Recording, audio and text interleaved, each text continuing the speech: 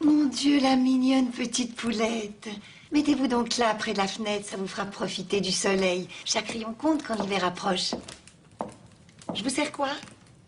Un peu de lait pour ma petite, c'est possible? J'en ai qui est encore tout tiède du pied de la vache. Et pour vous, ma belle? Oh, un verre d'eau suffira.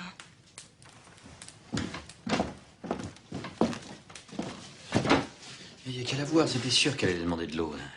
Avec qu'à lui poser un verre de vin sous le nez, elle l'aurait bu et payé.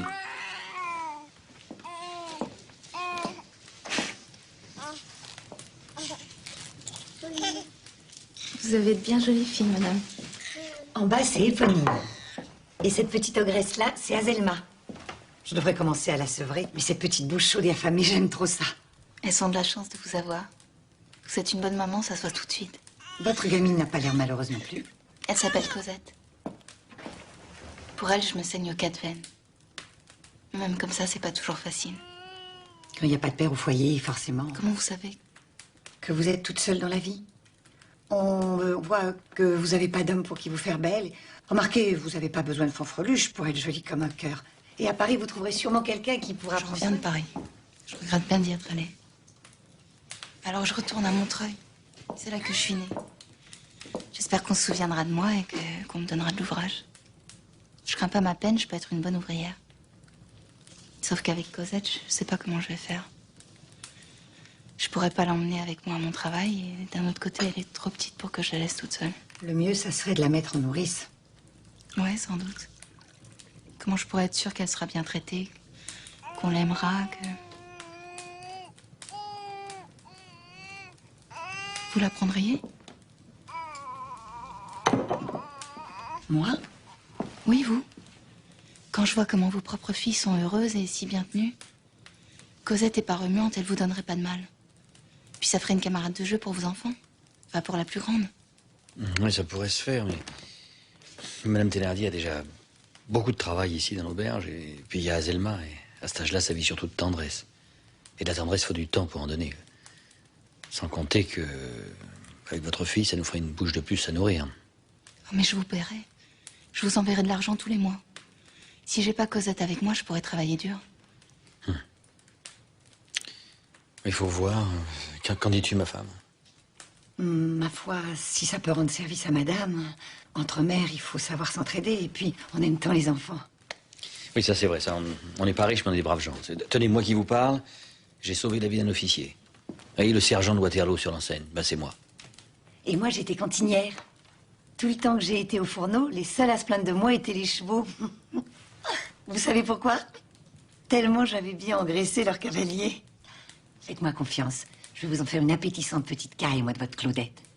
Cosette? 6 francs par mois, ça vous irait? 6 francs? 6 francs, mon Dieu, c'est beaucoup d'argent.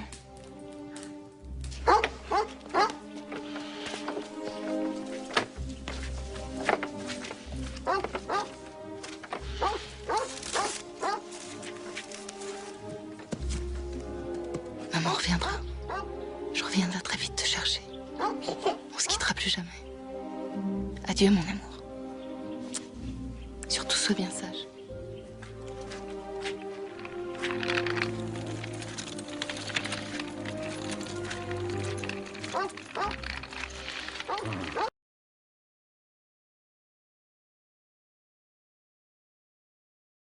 Vous n'avez pas entendu?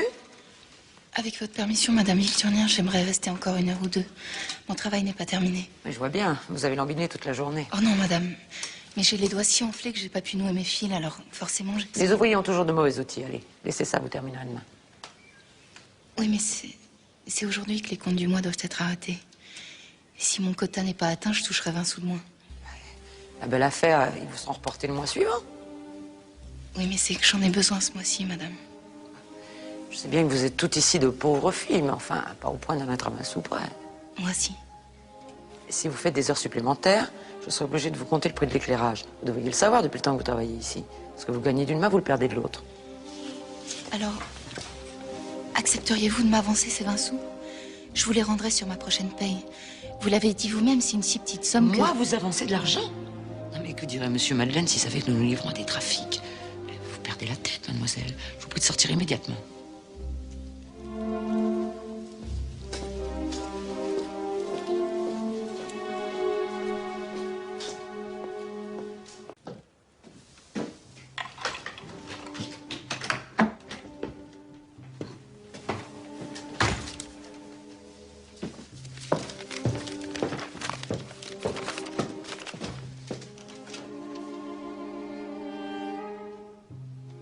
Nous avons grand peur, ma femme et moi, que la chère enfant ne vienne à s'étioler et à dépérir.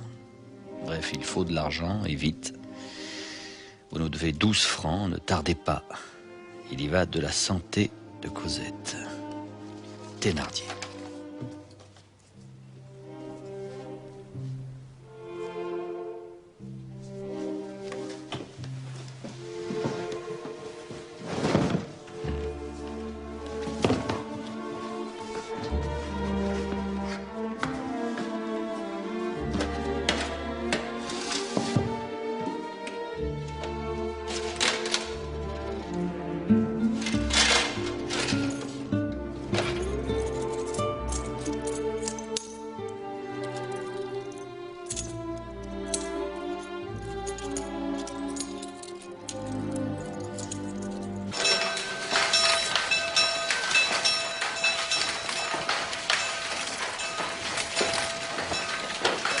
Restez.